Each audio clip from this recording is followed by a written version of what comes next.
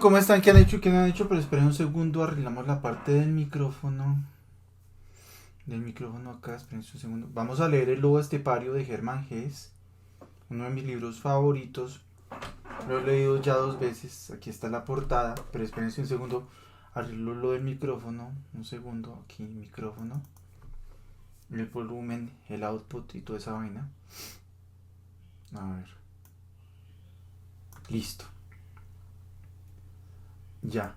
Yo no me acuerdo porque yo rayaba los libros en una época. ¿Sí ven? Lo coloreé con azul y rojo. Y como yo soy adicto a la Coca-Cola, puse aquí como con un vasito y disque Coca-Cola. Pero no sé si se vea bien. Espérense yo. Ay, se cayó algo ahí. Esperen, yo corro estas cosas. Y para que esté más oscuro esto. Ay, se cayó otra cosa.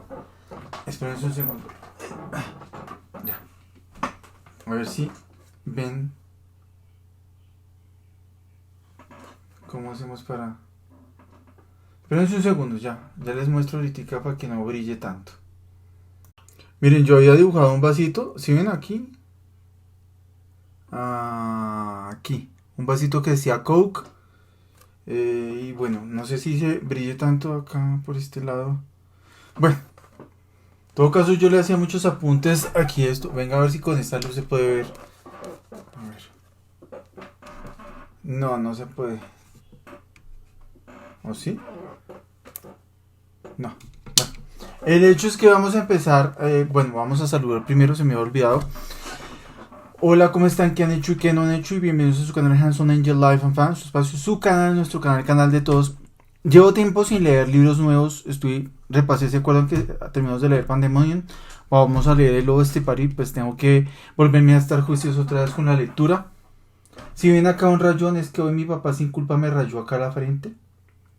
Miren, un arañatazo ahí. Bueno.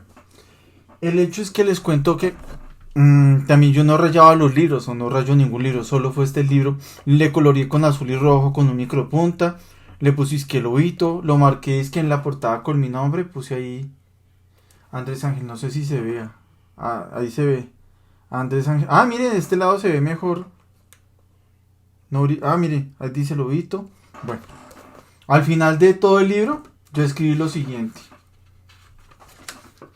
Este libro cambia a las personas en su modo de pensar para bien. Y luego al final en la parte de atrás de la pura portada de atrás, escribí un teléfono. Es que 268-7447. No sé quién será ese teléfono. Se me olvidó. Ni idea.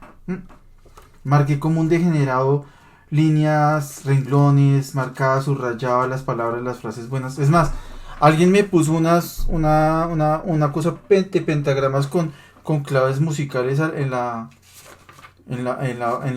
primera hoja después de la portada. Y bueno,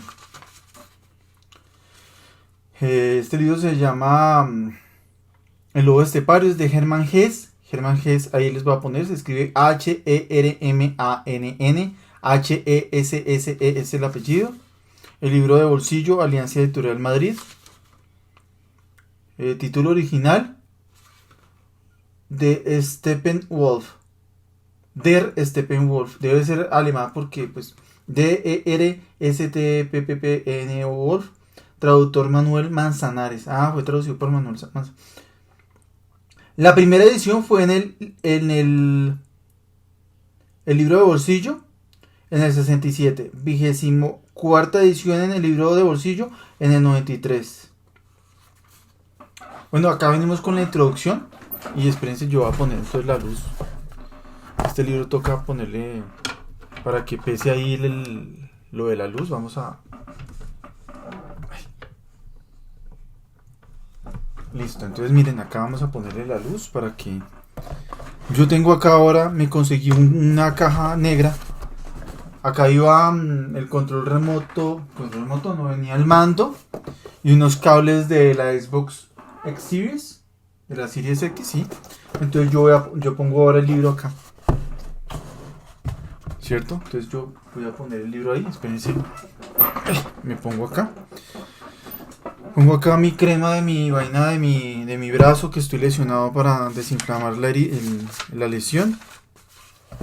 Y pongo acá la luz. Esta lámpara vamos a ponerla por aquí, pero que no estorbe por acá, hasta por aquí, ahí la vieron ya.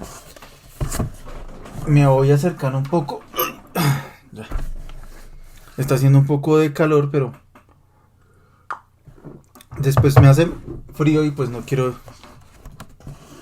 después ir a levantarme y a ponerme otra vez la chaqueta. Vamos a organizar la luz acá. A ver. Acá empieza la introducción. Dice, contiene este libro las anotaciones que nos quedan de aquel hombre al que con una expresión que él mismo usaba muchas veces llamábamos el lobo estepario. No hay por qué examinar si su manuscrito requiere un prólogo introductor. A mí me es todo caso una necesidad agregar a las hojas del lobo estepario algunas, en las que he de procurar estampar mi recuerdo de tal individuo. No es gran cosa lo que sé de él, y especialmente me han quedado desconocidos su pasado y su origen. Pero de su personalidad conservo una impresión fuerte y, como tengo que confesar, a pesar de todo, un recuerdo simpático. El lobo estepario era un hombre de unos 50 años, que hacía algunos fue a casa de mi tía buscando una habitación amueblada. Alquiló el cuarto del doblado. ¿Del doblado? ¿Cómo es que alquiló el cuarto del doblado? No me acuerdo qué significaba eso. Bueno, no me acuerdo haber leído esta parte, pero bueno. Y la pequeña alcoba contigua. Volvió a los pocos días con 2 baúles y un cajón grande de libros y habitó en nuestra casa 9 o 10 meses. Vivía muy tranquilamente y para sí. Y a no ser por la situación vecina de nuestros dormitorios, que trajo consigo algún encuentro casual en la escalera o en el pasillo, no hubiésemos acaso llegado a conocernos. Pues sociable no era. Este hombre, al contrario, era muy insociable, en una medida no observada por mí. ¿Cómo? Era muy insociable en una medida no observada por mí, en nadie hasta entonces. Era realmente como él, se llamaba a veces un lobo estepario, un ser extraño, salvaje y sombrío, muy sombrío, de otro mundo que mi mundo. Yo no supe en verdad hasta que leí estas sus anotaciones en qué profundo aislamiento iba él llevando su vida, a causa de su predisposición y de su sino. ¿De su sino? No. Bueno, es que está traducido creo que es del alemán al español y estoy leyendo la introducción y bueno. Listo, aquí vamos. Espérense, me quito la chaqueta porque en todo caso sí me está dando calor. Me está dando calorcillo. Ay. Se me enredó el cordón de la capucha. Bueno. Listo, y vamos acá. A ver, espérense un segundo. A ver, ¿dónde íbamos? Leí estas sus anotaciones en qué profundo aislamiento iba él llevando su vida a causa de su predisposición y de su sino. Ahí dice eso. ¿Y de su sino? Bueno. Ahí ustedes van a comentar y me van a decir, hay cositas que uno, si no lee más de 2 veces, no entiende. Y cuán conscientemente reconocía él mismo este aislamiento como su propia predestinación. Sin embargo, ya en cierto modo lo había conocido yo antes por algún ligero encuentro y algunas conversaciones. Y el retrato que se deducía de sus anotaciones era en el todo coincidente con aquel otro, sin duda algo más pulido. Más pálido y defectuoso que yo me había forjado por nuestro conocimiento personal. Bueno.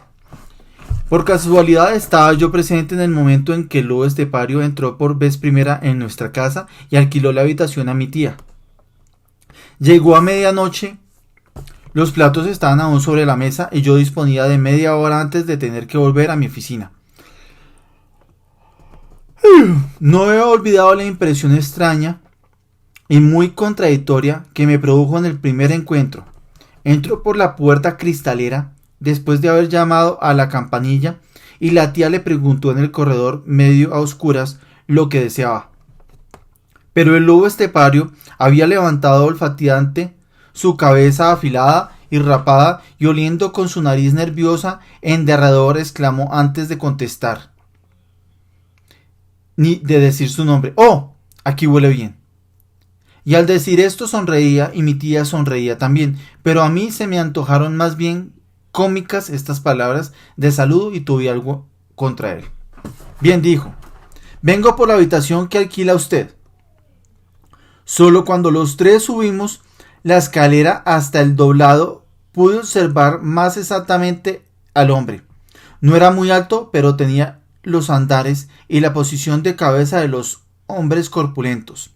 Llevaba un abrigo de invierno, moderno y cómodo, y por lo demás vestía decentemente, pero con descuido. Estaba afeitado y llevaba muy corto el cabello, que acá y allá empezaba a adquirir tonalidades grises. Sus andares no me gustaron nada en un principio. Tenía algo de penoso e indeciso, que no armonizaba con su perfil agudo y fuerte, ni con el tono y temperamento de su conversación. Solo más adelante observé y supe que estaba enfermo y que le molestaba andar. Con una sonrisa especial que entonces también me resultó desagradable, pasó revista a la escalera, a las paredes y ventanas, y a las altas alacenas. ¿Alacenas? Albacenas. A las altas albacenas en el hueco de la escalera. Alacenas. Y a las altas alacenas. Es que esa H está rara. Y a las altas alacenas en el hueco de la escalera. Todo ello parecía gustarle y sin embargo al mismo tiempo le parecía en cierto modo ridículo. En general, todo el individuo daba la impresión como si llegara a nosotros de un mundo extraño. Por ejemplo, de países ultramarinos, y encontraba aquí todo muy bonito. Sí, pero un tanto cómico. Era, como no puedo menos de decir, cortés hasta agradable. Estuvo enseguida conforme y sin objeción alguna con la casa, la habitación y el precio por el alquiler y el desayuno, y sin embargo, en torno de toda su persona había como una atmósfera extraña y al parecer no buena y hostil.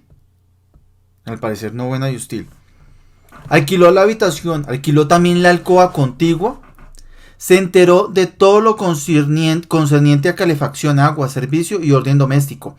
Escuchó todo atenta y amablemente. Estuvo conforme con todo, ofreció en el acto una señal por el precio de alquiler y sin embargo parecía que todo ello no le satisfacía por completo.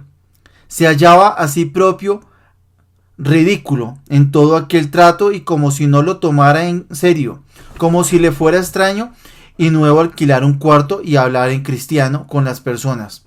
O sea, hablar normal, o sea, hablar, bueno. Cuando él estaba ocupado, en el fondo, en cosas por completo diferentes, algo así fue mi impresión.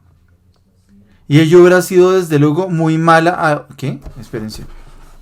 Se hallaba así propio ridículo en todo aquel trato y como si no lo tomara en serio, como si le fuera extraño y nuevo alquilar un cuarto y hablar en cristiano con las personas.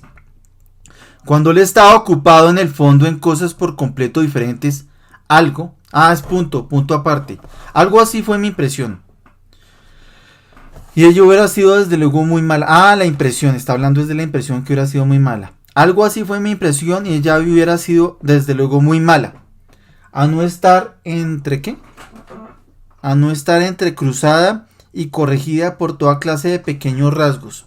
Ante todo era la cara del individuo lo que primero me agradó. Me gustaba a pesar de aquella impresión de extrañeza. Era una cara quizá algo particular y hasta triste, pero despierta. Muy inteligente y espiritual. Y con las huellas de profundas cavilaciones. Y a esto se agregaba, para disponerme más a la reconciliación, que su clase de cortesía y amabilidad, aun cuando parecía que le costaba un poco de trabajo, estaba exenta de orgullo.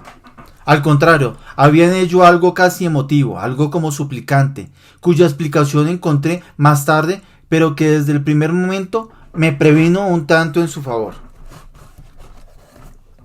Antes de acabar la inspección de las 2 habitaciones y de cerrar el trato, había transcurrido ya el tiempo que yo tenía libre, y hube de marcharme a mi despacho. Me despedí y lo dejé con mi tía. Cuando volví por la noche me contó esta que el forastero se había quedado con las habitaciones y que uno de aquellos días habría de mudarse, que le había pedido no dar cuenta de su llegada a la policía, porque a el hombre enfermizo le eran insoportables estas formalidades y el andar de aquí para allá, en las oficinas de la policía, con las molestias correspondientes. Aún recuerdo exactamente cómo esto me sorprendió y cómo previne a mi tía de que no debía pasar por esta condición. Precisamente a lo poco simpático y extraño que tenía el individuo, me pareció que se acomodaba demasiado bien este temor de la policía para no ser sospechoso. Expuse a mi tía que no debía acceder de ningún modo y sin más ni más a esta rara pretensión de un hombre totalmente desconocido, cuyo cumplimiento podía tener para ella acaso consecuencias muy desagradables. Pero entonces supe que mi tía le había prometido ya el cumplimiento de su deseo y que ella en suma se había dejado fascinar y encantar por el forastero. Ella no había tomado nunca inquilinos con los que no hubiera podido establecer una relación amable y cordial familiar, o mejor dicho, como de madre, de lo cual también habían sabido sacar abundante partido algunos arrendatarios anteriores.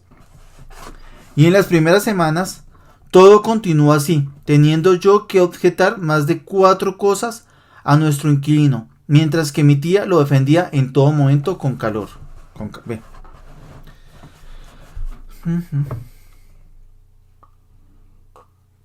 Seguimos acá con la introducción, página 11. Y aquí hay como unas 3 estrellitas al final de la hoja. Bueno, como este asunto de la falta de aviso a la policía no me gustaba, quise por lo menos enterarme de lo que mi tía supiera del forastero, de su procedencia y de sus planes. Y ella ya sabía no pocas cosas. Aunque él después de irme... ¿Cómo? Aunque él después de irme, yo a mediodía, solo había permanecido en la casa muy poco tiempo. Le había dicho que pensaba pasar algunos meses en nuestra ciudad para estudiar en las bibliotecas y admirar las antigüedades de la población.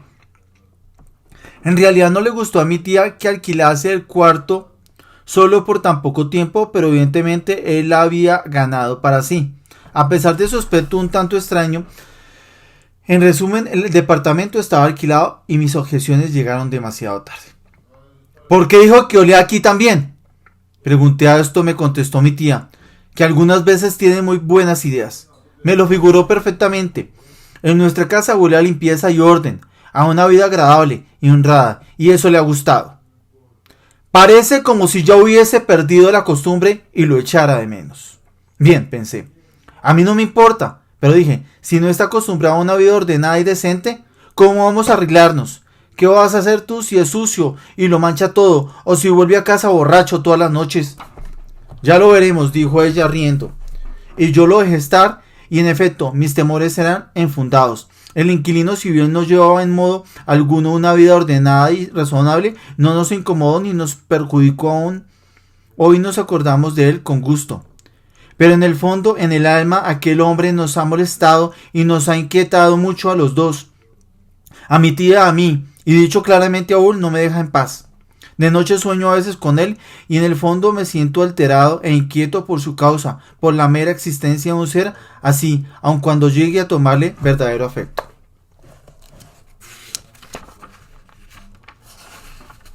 A ver, después, verdadero afecto.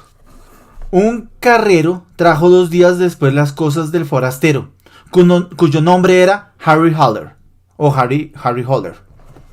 Podría ser Harry Holder o Harry Holder. Podría ser Harry Holder, sí. Un baúl muy hermoso de piel me hizo una buena impresión, y otro baúl aplastado, de camarote. Hacía pensar en largos viajes anteriores, por lo menos tenía pegadas etiquetas amarillentas de hoteles y sociedades de transporte de diversos países, hasta transoceánicos. Después llegó él mismo y empezó la época en que yo conocí poco a poco a este hombre. Singular, en un principio no hice nada por mi parte para ello. ¿Cómo? En un principio no hice nada por mi parte para ello. Aun cuando a Holler me interesó desde el primer momento en que lo vi, no di durante las primeras semanas paso alguno para encontrarlo y trabar conversación con él. En cambio, y esto tengo que confesarlo, es verdad que desde un principio observé un poco al individuo. A veces durante su ausencia entré en su cuarto y por natural curiosidad me dediqué al espionaje. Ya he consignado algunos detalles del aspecto exterior del lobo estepario. A primera vista daba desde luego la impresión de un hombre superior, nada vulgar y de extraordinario talento. Su rostro lleno de espiritualidad y el juego extremadamente delicado e inquieto de sus rasgos reflejaba una vida anímica interesante, excesivamente agitada, enormemente delicada y sensible. Cuando se hablaba con él y él, lo que no siempre sucedía, traspasaba los límites de lo convencional y dejándose llevar de su singular naturaleza decía palabras personales y propias. Entonces uno de nosotros no tenía más remedio que subordinarse. Él había pensado más... Espérese un segundo, que es que este libro...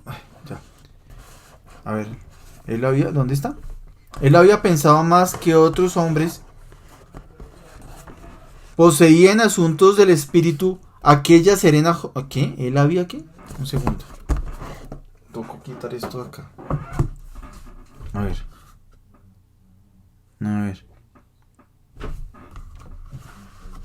Y he consignado algunos detalles del aspecto exterior del lobo estepario. A primera vista daba desde luego la impresión de un hombre superior, nada vulgar y de extraordinario talento. Su rostro lleno de espiritualidad y el juego extremadamente delicado e inquieto de sus rasgos reflejaban una vida anímica, interesante, excesivamente agitada, enormemente delicada y sensible.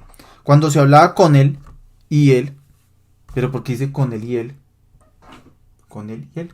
Bueno, lo que no siempre sucedía traspasaba los límites de lo convencional y, dejándose llevar de su singular naturaleza, decía palabras personales y propias. Entonces uno de nosotros no tenía más remedio que subordinarse.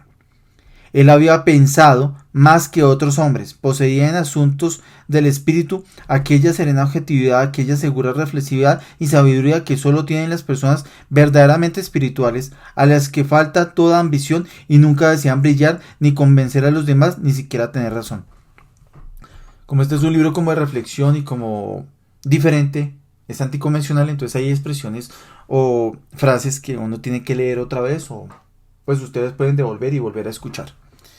De la última época de su estancia, aquí recuerdo una expresión en ese sentido que ni siquiera llegó a pronunciar, pues consistió simplemente en una mirada. Había por entonces anunciado una conferencia en el salón de fiestas un célebre filósofo de la historia y crítico cultural, un hombre de fama europea, y yo había logrado convencer al lobo estepario, que en un principio no tenía gana ninguna de que fuera a la conferencia. Fuimos juntos y estuvimos sentados el uno al lado del otro. Cuando el orador subió a la tribuna y empezó su discurso, defraudó.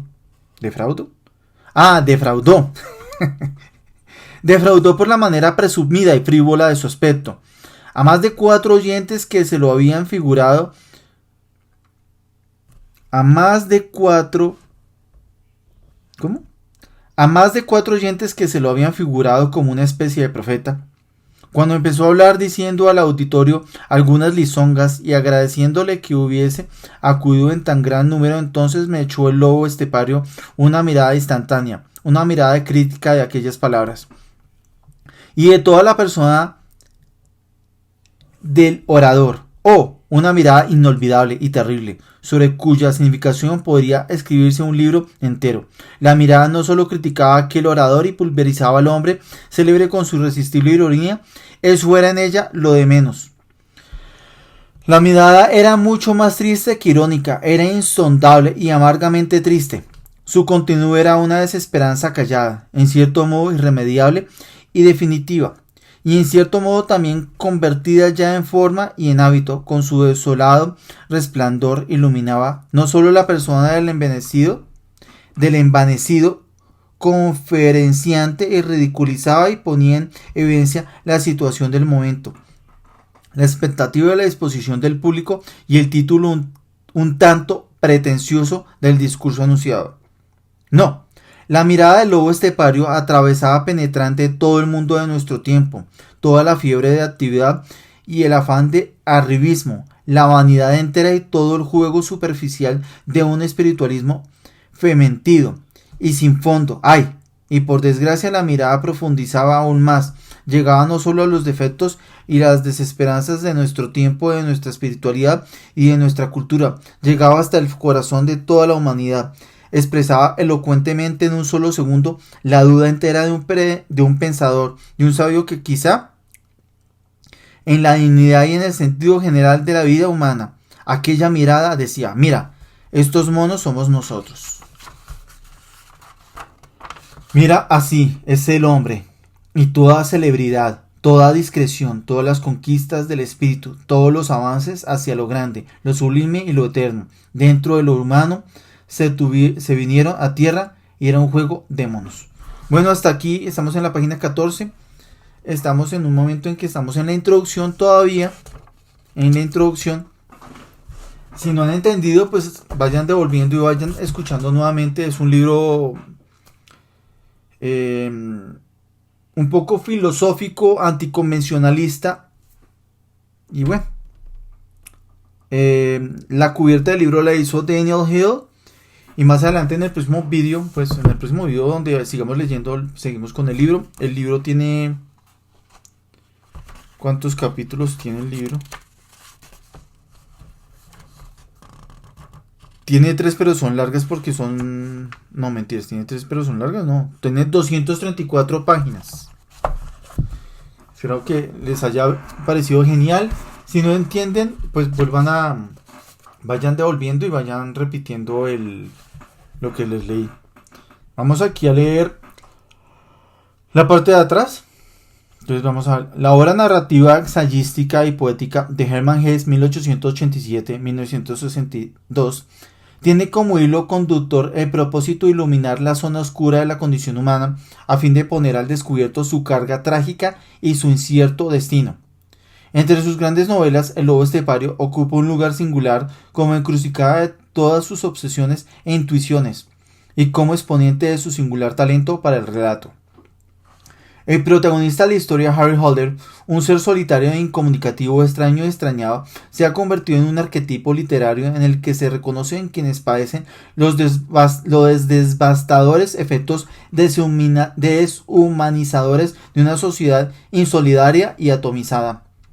¿Por qué el renacimiento de la popularidad entre los jóvenes de la obra del Premio Nobel de 1942 se debe en gran medida a su capacidad para sintonizar con la sensibilidad ética, la preocupación estética de la visión del mundo de las nuevas generaciones? Otros títulos de Hermann Hesse en esta misma colección: El juego de los avalorios, Demian, también, Bajo las ruedas, Cuentos y Pequeñas alegrías, Obstinación y Lecturas para minutos. Bueno, después seguimos. Vamos en la introducción, ¿listo? No siendo más, me despido por el momento de ustedes. Soy Hanson Angel Life and Fan, más conocido como Andrés Ángel Restrepo, y estamos empezando con el libro del lobo estepario de Hermann Hesse. Entonces, vamos en este punto clave y preciso. Vamos a ver. Estamos ¿en cuál hoja estábamos? Bueno, ahí vamos a ver en cuál vamos. Ahí. Nos vemos. Que canten algunos pequeños coros.